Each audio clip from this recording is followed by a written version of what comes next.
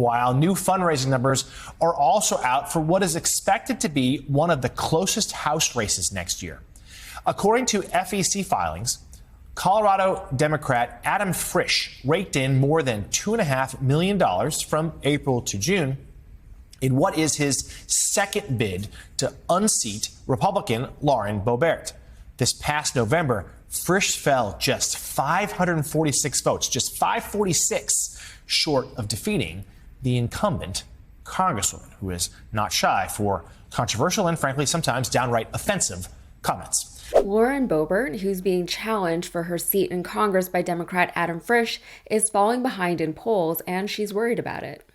The margins are tight. There's little room to relax in a race like this one, and Boebert's team knows that. They're currently running an email marketing campaign warning supporters that new polling has Frisch beating Boebert by 2 points. Okay, I'm Adam Frisch. I'm not Nancy Pelosi. There was no. Do you think we should repeal the 19th? Do you think we should repeal the 19th Amendment?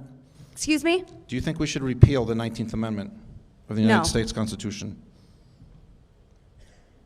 Should there be an exception for rape, incest, or the life of a mother when it comes to women's health care? Is that in relation to the 19th Amendment, or we're just going on? No, most people have a pretty quick answer if they want to repeal the 19th Amendment or not. Now, the last time these two faced off in an election, Boebert was able to keep her seat by just over 500 votes, making it the closest race in the country that year. Hardly a reason for Boebert to get too comfortable.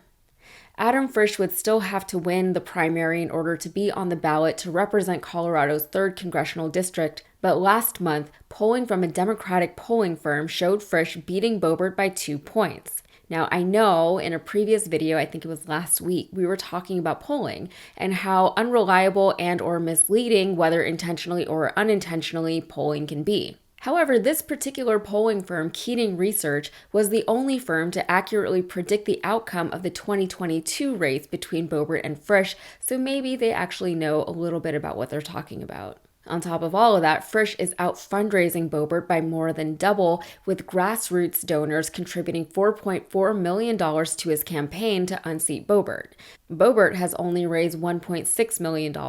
Also, 98% of Frisch's donations are small dollar donations of $100 or less, which means he's got a lot of public support. Meanwhile, Boebert seems to be shirking her congressional duties. As Frisch pointed out on Twitter, she's introduced 43 pieces of legislation during her 3 years in Congress, but she hasn't gotten any of them passed. Also, during a House Natural Resources Committee hearing discussing one of her own bills, Boebert didn't even bother to show up. I noticed that Ms. Boebert, the proponent of this bill, is that correct?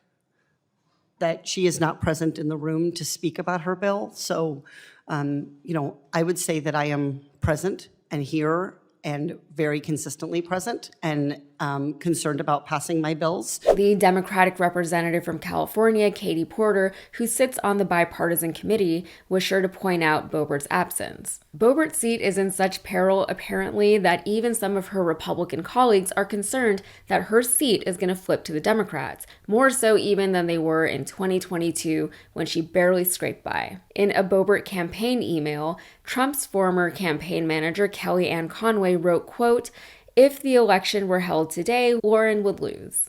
Now, to be fair, campaign emails always make things sound more dire than they may or may not actually be, but considering Boebert's poor performance in her last race, I don't think that they're necessarily overreacting to these particular polling numbers. Besides, a race within a 2-point margin is a winnable race, so maybe this will inspire Boebert supporters to push her over that metaphorical hill that we were talking about last week.